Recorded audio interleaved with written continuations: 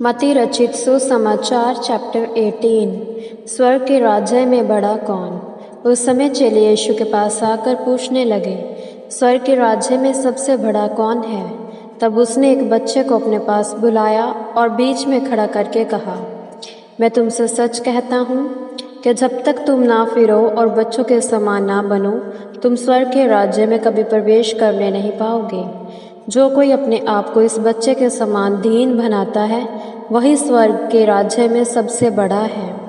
और जो कोई मेरे नाम से ऐसे एक बच्चे को ग्रहण करता है, वह मुझे ग्रहण करता है। परंतु जो कोई इन छोटे में से जो मुझ पर विश्वास रखते हैं, एक को भी ठोकर खिलाए, तो उचित होता है कि उसके गले में चक्की का भारी पाट लटकाकर उसे समुद्र की गहराई में डुबा दिया जाता। ठोकरों के कारण संसार पर हाय। ठोकरों का आना तो अनिवार्य है, परंतु हाय उस मनुष्य पर जिसके द्वारा ठोकर आती है।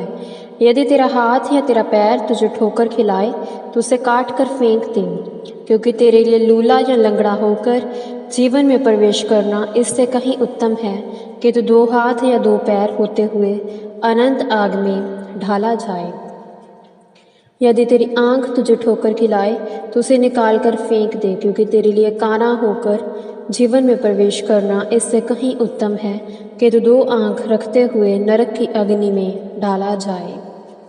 खोई हुई भेड़ का दृष्टांत। देखो, तुम इन छोटों में से किसी एक को भी तुच्छ न जानना, क्योंकि मैं तुमसे कहता हूँ कि स्वर्ग में उनके दूत मेरे स्वर्गीय पिता का मुँह सर्वदा देखते रहते हैं। तुम क्या सोचते हो, यदि किसी मनुष्य की 100 भेड़ें हों और उनमें से एक भटक जाए, जो क्या वह 99 को पहाड़ पर छोड़कर उस एक को ढूंढने न जाएगा जो भटक रही है।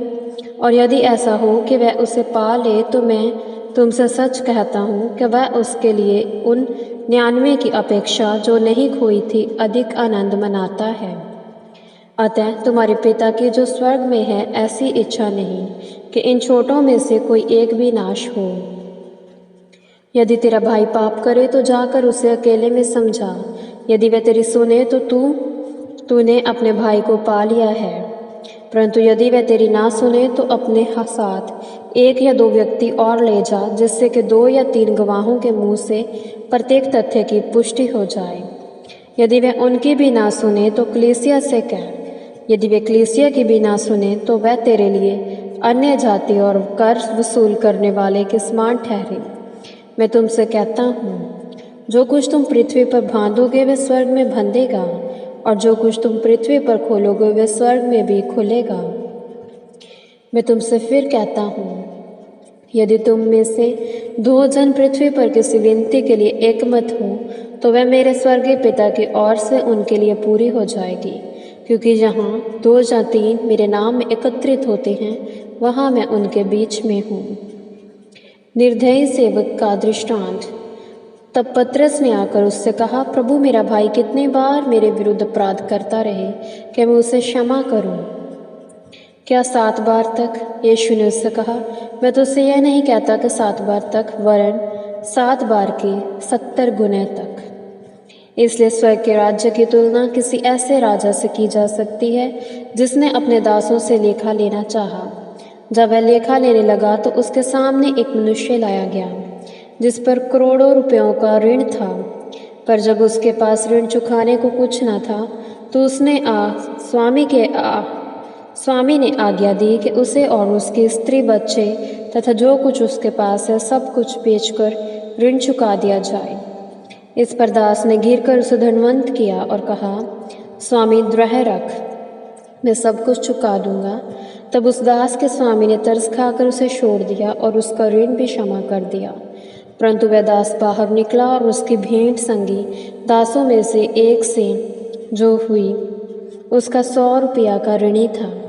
उसने उसे पकड़ा और इसका गला दबाकर कहा, मेरा ऋण चुका। इस पर उसका संगी दास गिरकर विनय करने लगा, द्रह रख, मैं सब चुका दूंगा। फिर भी वह ना माना और उसे तब तक के लिए बंदी गृह में डाल दिया जब तक कि वह ऋण ना चुका दे। यह देखकर उसके संगी दास अत्यंत दुखी हुए और जानकर अब उसके स्वामी को यह घटना सुनाई। तब उसके स्वामी ने उसे बुलाकर कहा, हे दुष्ट दास, इसलिए कि तूने मुझसे विनती की, मैंने तेरा सारा ऋण क्षमा कर दिया था। तो फिर मैंने जिस प्रकार तुझ पर दया की, क्या उसी प्रकार तुझे भी अपने संगी दास पर दया नहीं करनी चाहिए थी? और उसके स्वामी ने क्रोध से भरकर उसे यातना देने वालों को सौंप दिया कि ऋण चुकाने तक उन्हीं के हाथों में रहे। इसी प्रकार यदि तुम में से प्रत्येक अपने भाई को हृदय से क्षमा ना करे, तो मेरा स्वर्गीय पिता भी तुम्हारे साथ वैसा ही करेगा। यह प्रभु की वाणी है। ईश्वर को धन्यवाद।